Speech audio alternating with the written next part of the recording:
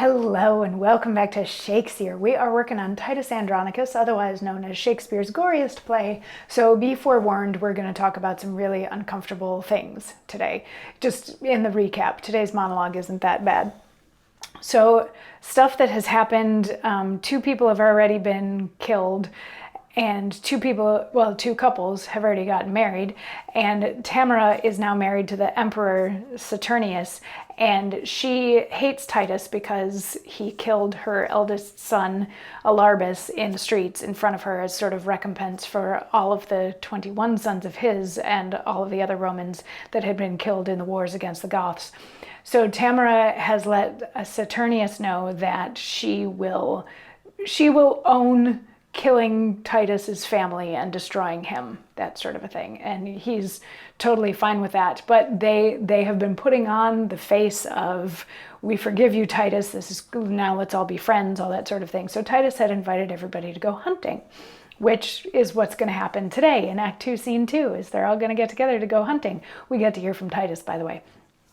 But really quickly, before we get there, the other plot that's going on is that Tamara's other two sons, Chiron and Demetrius, both want to sleep with Lavinia, who married Basanius, who's the younger brother of Saturnius, the emperor. Aaron, who is in lust with Tamara, suggested to them that in order for both of them to be able to sleep with her, what they're going to have to do is kidnap and rape her in the woods while everybody else is out hunting, because they'll be able to do so in a secluded spot in the woods where nobody will see them. So, and Chiron and Demetrius are totally on board with that because they are wonderful, wonderful people. So anyway, that was the end of Act 2, Scene 1. And Act 2, Scene 2 kicks off with Titus entering with his three remaining sons, Marcius, Lucius, and Quintus, and he says to them, "The hunt is up! The morn is bright and gray, the fields are fragrant, and the woods are green. Uncouple here, and let us make a bay, and wake the emperor and his lovely bride, and rouse the prince, and ring a hunter's peal, that all the court may echo with the noise. Sons, let it be your charge, as it is ours, to attend the emperor's person carefully. I have been troubled in my sleep this night, but dawning day new comfort hath inspired." So they blow the horns, say like the hunt is happening, and then Saturnius and Tamara and Basanius and Lavinia and Chiron, Demetrius, and all those people come in, and Titus continues by saying, "Many good morrows to your majesty, madam, to you as many and as good. I promised your grace a hunter's peal."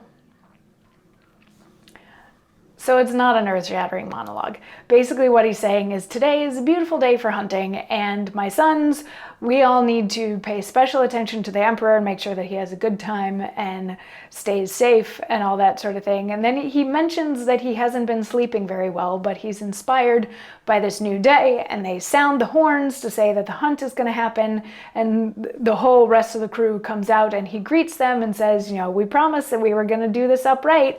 And Saturnius is like, yeah, and you did it a little bit early for newlyweds.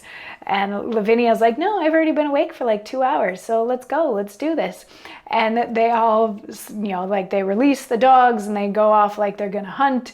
And Aaron and Chiron and Demetrius are sort of the last to leave the stage, and they're like, remember, we're not actually going hunting, we're here for Lavinia.